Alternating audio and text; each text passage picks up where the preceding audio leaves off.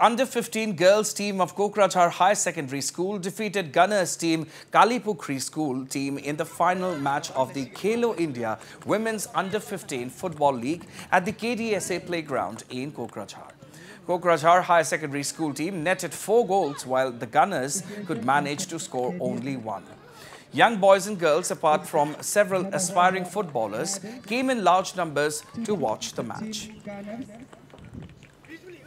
ভারতীয় ফুটবল জগতে 47 বছৰীয়া এটা প্ৰগ্ৰাম লৈছে যে আজিৰ পৰা নহয় 22ৰ পৰা 2047 চনত যাতে অলিম্পিকত বা ওয়াৰ্ল্ড কাপত যাতে ভাল সুফল বা কোয়ালিফাইং হ'ব পাৰে এনে এটা প্ৰগ্ৰাম তেওঁলোকে লৈছে সেই প্ৰগ্ৰামৰ বিনিময়ত অল ইণ্ডিয়াত খেলো ইণ্ডিয়া বুলি যেটো এটা প্ৰগ্ৰাম লৈছে গতিকে সেই তাৰে এটা অংশ আজি আমি কোকৰাঝাৰত অনুষ্ঠিত কৰিলো।